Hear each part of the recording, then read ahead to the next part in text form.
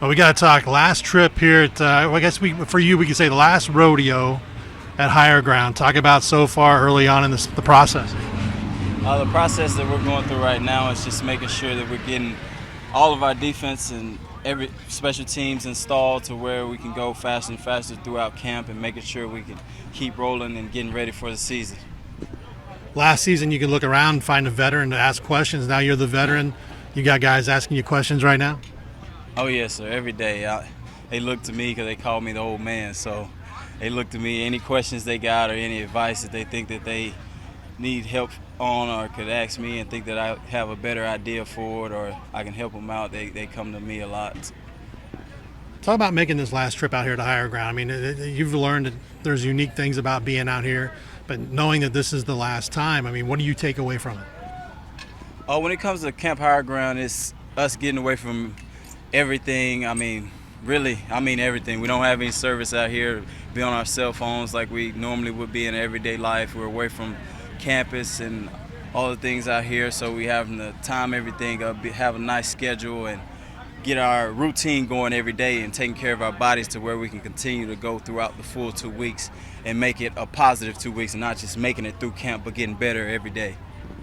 How excited are you to get down to where you get back in the Nippert Stadium full time, get a game going? Oh, I'm very excited. That's part of the thing that keeps me going throughout the camp. It's just going to the next day and getting better and better and ready for that first game to show our fans and the nation what we're capable of doing and what we are Cincinnati. You feel going into this season, because of what happened last year, a lot of people are kind of underestimating what this team can do? Oh, yes, sir, no doubt. But we really don't look into that too much. We just take it day by day, have our objectives every day. We have one goal in mind, but we don't talk about that or look at that every day. We have our objectives, getting better at the small things that we are able to get better at every day. So we don't really look too much into it. As they say, we got us number 6 or 4 or something like that. None of that matters. The only thing matters when it comes to the end of the season is who comes out on top. Let's talk about the core of the linebackers, since you're going to be the leader of that group. Talk about the other guys lining up with you and the guys behind you guys.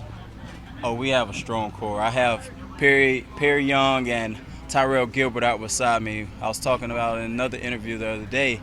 They're smaller guys, but they play as they're the same size as me or bigger.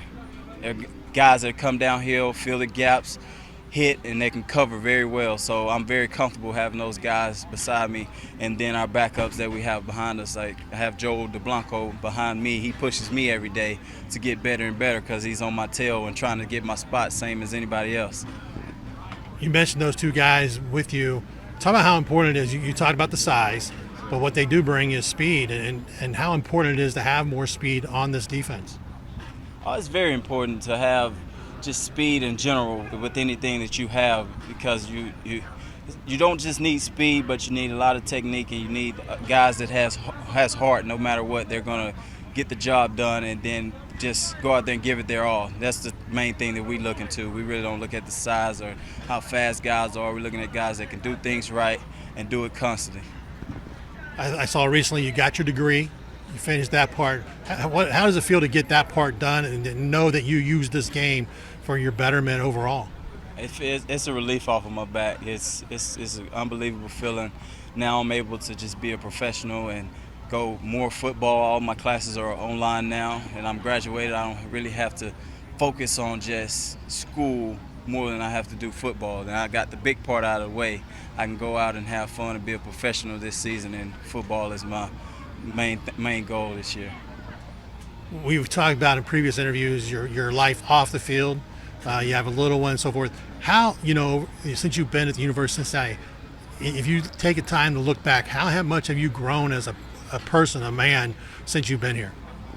I've grown tremendously with having my son Jace and having my girlfriend and my family and everything beside me. It's made me become a better man and a stronger man, and it's helped me a lot with my defense. I'm having to be that leader this year and then take control of everything. And everybody's looking at me. What is Jaylyin doing? Is Jaylyin doing everything right? Is he, no matter if it's going wrong or going right, he's going to still be there to support us and make sure everything's going right. So that's a big deal with my life and football. So it's helped me out a lot. every time we talk about rodeo, and that's the way it's been since you've been here.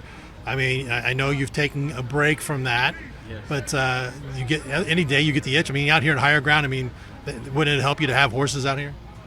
It would help me, but I would be too tempted to go and ride them every day or go to a rodeo or something like that. But it's probably best that all my horses, everything, are back home because rodeo is my first love, but football, that's my life now. So I would always be able to go back to rodeo, but football is here.